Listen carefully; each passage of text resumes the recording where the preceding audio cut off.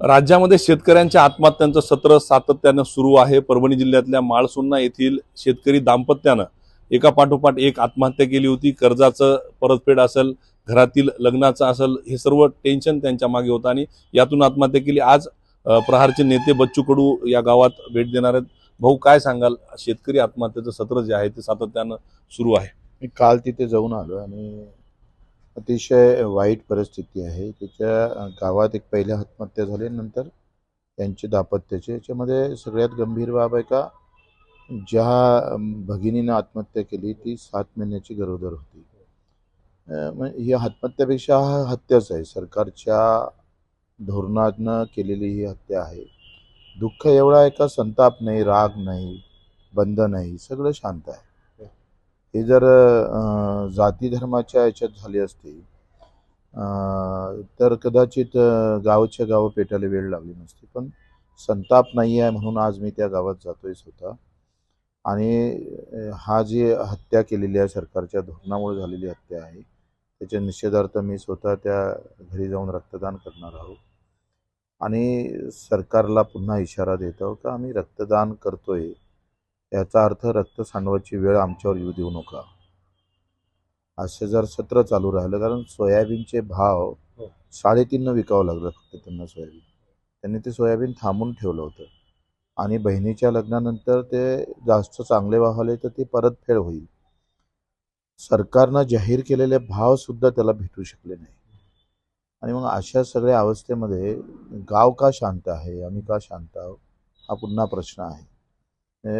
या सगळ्या व्यवस्थेच्या विरोधात आज आम्ही तिथे रक्तदान करून निश्चित करतो। भाऊ, राज्यामध्ये रोज जर आपण बघितलं तर 5 ते 10 शेतकऱ्यांची सातत्यानं आत्महत्या सुरू आहे।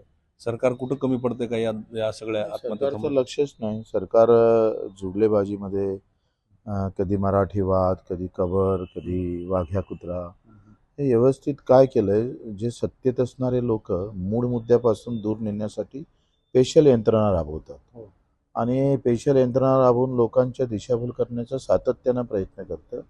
ही तर तिहेरी हत्याकांड आहे आणि प्रत्येक कानाकोपऱ्यात, विदर्भातही त्या दिवशी मी अकोल्यामध्ये गेलो तर तिथे एक आत्महत्या भेटायला गेलोय तर तिथे 8 आत्महत्या आजूबाजूला झालेल्या होत्या। वास्तविक आत्महत्या करू नये, मी तर म्हणतोय वेळ आलं तर संघर्षासाठी आणि भगतसिंगाची तयारी ठेवली पाहिजे, पण ही आत्महत्या सत्र थांबावं आणि एक मोठा निश्चय, त्याच्याबद्दल संताप व्यक्त होणारी खरं तर गरजेचं आहे।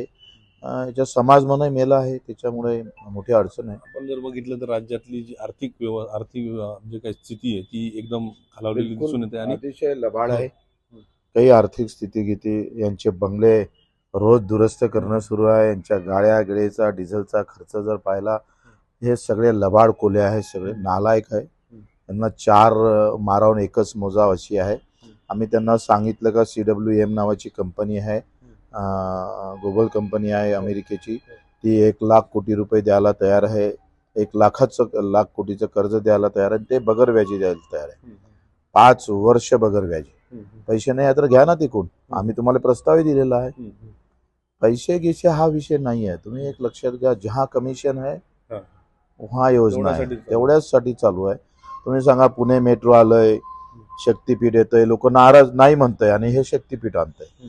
प्रत्येक गोष्ट जर पाहिली तर या बजेटमधला आपण पाहतो 60% भाग हा फक्त त्याच्यातून कुठे काही मिळन, म्हणजे आमचे पोट भरण, अशीच व्यवस्था आहे। हे मोगलांपेक्षा बेकार आहे। कर्जमाफीसाठी तुम्ही लढतायत, कर्जमाफी हा मुद्दा तुमचा आहे, कर्जमाफी झालीच पाहिजे। वाटते का सरकार कर्जमाफी देईल शेतकऱ्यांना? त्यांना द्यावं लागेल, वाटण नाही हा भाग नाही, आम्ही द्यावं लागेल। त्यासाठी शेतकऱ्यांनी समोर आलं पाहिजे, खरं तर रान पेटवलं पाहिजे।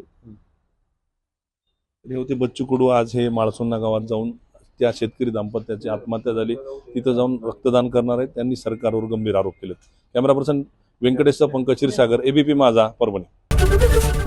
ABP माझा, उघडा डोळे बघा नीट।